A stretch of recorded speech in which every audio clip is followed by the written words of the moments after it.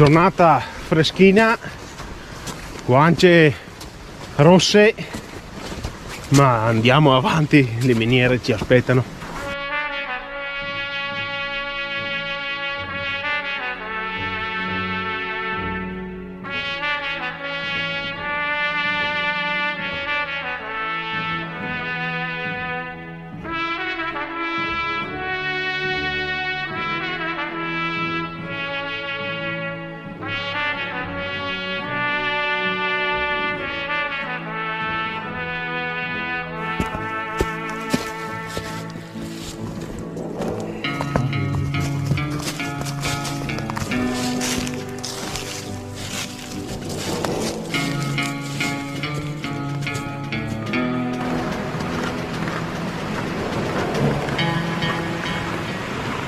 Questa che miniera è, Alberto?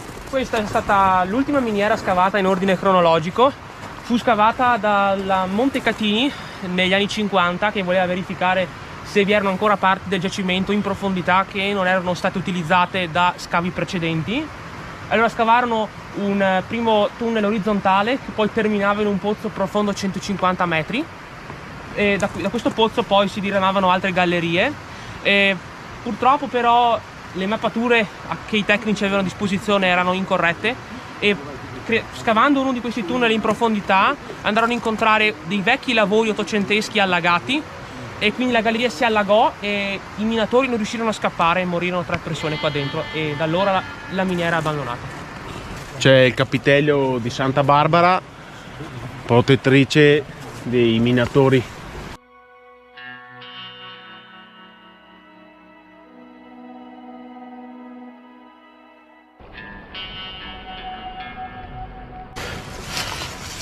Qui davanti c'è la galleria O'Connor. O'Connor perché, Alberto? Perché O'Connor era direttore della Società Montanistica Veneta, la società che prese in gestione questi lavori dopo la caduta della Repubblica Serenissima di Venezia e il controllo degli austriaci di questi territori qua.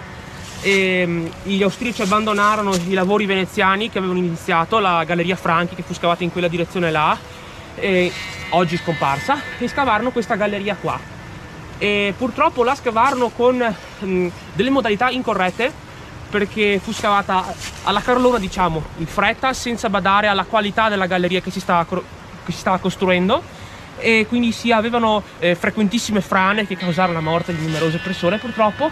E inoltre il non pensare al futuro, il non scavare le gallerie pensando un domani dovrò ritornare qua è stata una delle cause che poi ha determinato l'abbandono della miniera, perché era insicuro anche continuare a lavorarci dentro.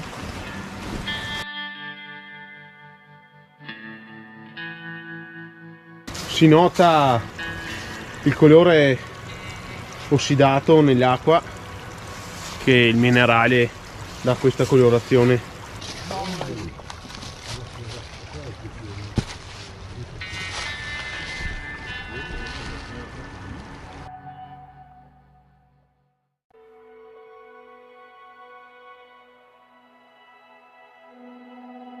Siamo in Veneto, mentre al di là del torrente è Trentino. Il torrente si chiama Pezzea, ha detto Alberto. E là c'è un'altra miniera. Quella è? La galleria Terrabugio. Quella fu scavata dagli austriaci quando, dopo la terza guerra di indipendenza, gli austriaci persero il controllo del regno lombardo-veneto e questo pezzo di montagna passò al Veneto, e quindi cercarono di vedere se vi era minerale anche dal loro lato.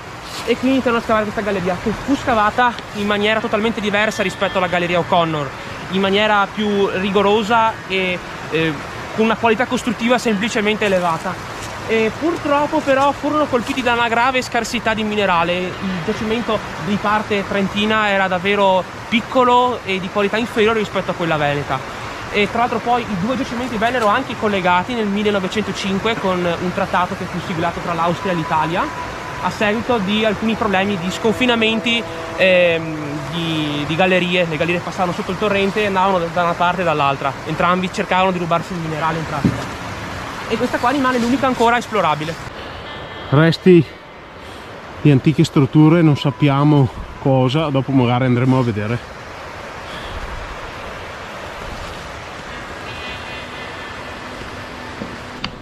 Lungo il sentiero abbiamo trovato i resti di un piccolo mulino. Ci sono ancora le macine che servivano per macinare il minerale, vero Alberto? Prima di estrarre il mercurio bisognava macinarlo per esporre il minerale e per far sì che reagisse.